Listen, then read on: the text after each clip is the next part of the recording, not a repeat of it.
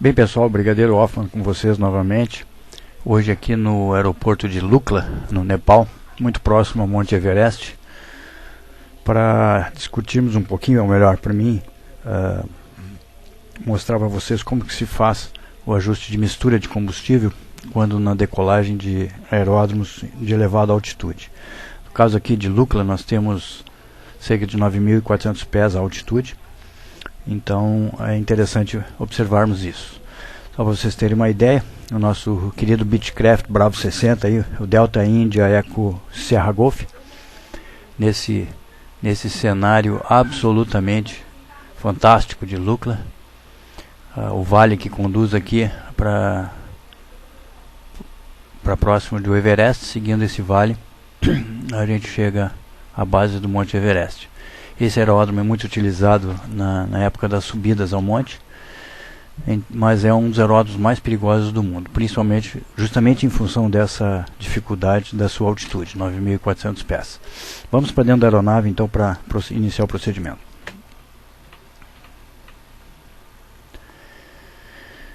Bem, estamos aqui na aeronave. Para que a gente inicie o procedimento, eu já estou com minha bateria ligada, meus masters ligados. Vocês podem ver que os aviônicos estão todos iluminados. Nós vamos iniciar o procedimento. Inicialmente eu estou com os meus cowl flaps aqui, essas duas alavanquinhas à esquerda fechadas, as ventilações do meu motor. Vamos posicionar as manetes para a partida. Vejam bem, manete da direita é manete de mistura.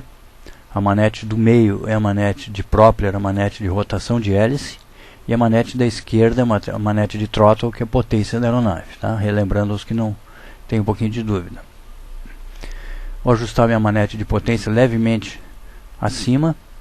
A manete de propeller eu vou conduzir ela à posição de marcha lenta, que é a posição intermediária entre feather e height. E a manete de mistura, como eu não estou decolando no nível do mar, eu vou posicionar ela logo abaixo da mistura rica, okay? Na posição intermediária também, para depois, então eu vou explicar para vocês como se faz esse ajuste. Observando aqui em cima na aeronave, nós temos 4 instrumentos que nós vamos utilizar agora nesse procedimento. O primeiro instrumento da esquerda é o Manifold, onde mede a nossa pressão em polegadas de mercúrio.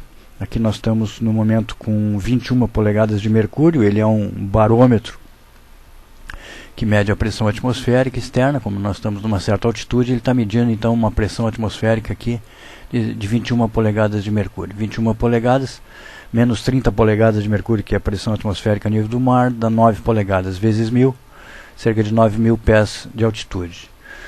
Ao lado nós temos o RPM, a nossa rotação de hélice, não é RPM do motor, é de hélice no momento, porque nós não estamos com a nossa manete de feather na posição full, nós estamos na posição de marcha lenta, ok? E nosso instrumento de full flow, que vai nos medir o nosso fluxo de combustível, no caso o AVGAS. E à direita, um pouquinho mais à direita aqui, nós temos a medição de temperatura de cilindro, ou seja, o thermopar que mede a temperatura no topo da cabeça do cilindro. Muito importante essa temperatura aqui, no sentido de colocar o motor em condição ideal do esforço máximo na decolagem, ok? Vamos lá, vamos iniciar então o procedimento de partida. Bateria on, os master on, as manetes estão posicionadas.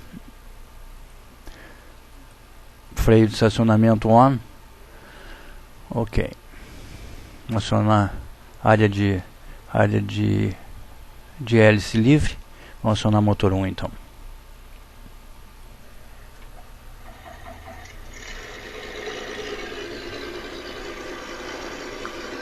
Ok, acionando o motor 2.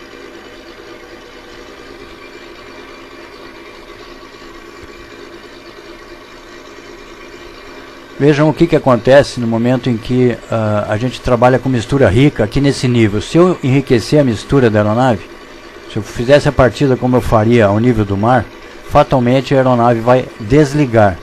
Em alguns segundos ela, ó, observaram? Fatalmente apagou, não fiz nada. Ela simplesmente afogou. Ela se afogou no volume de combustível que eu botei para dentro, no momento que eu levei a manete toda à frente. Então, partida em altitude, traga a manete para a posição de controle de mistura. Não mistura rica, tá? Ok, mais ou menos no curso intermediário da manete. Vamos à ignição novamente. Motor 1.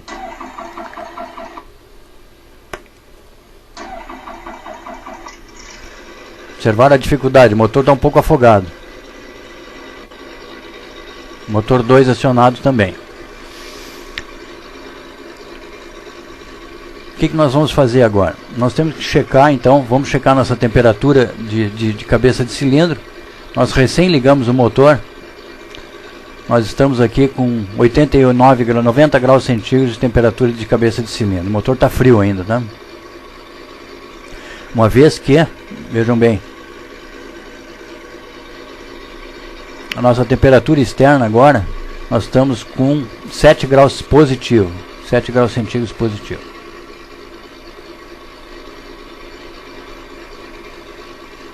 Vamos lá, vamos ficar atento agora. Eu vou colocar minha manete de throttle numa posição, vocês apliquem juntamente com a potência, apliquem os freios de estacionamento e os freios dos pés da aeronave. Eu vou deixar ela a cerca de 2000 RPM.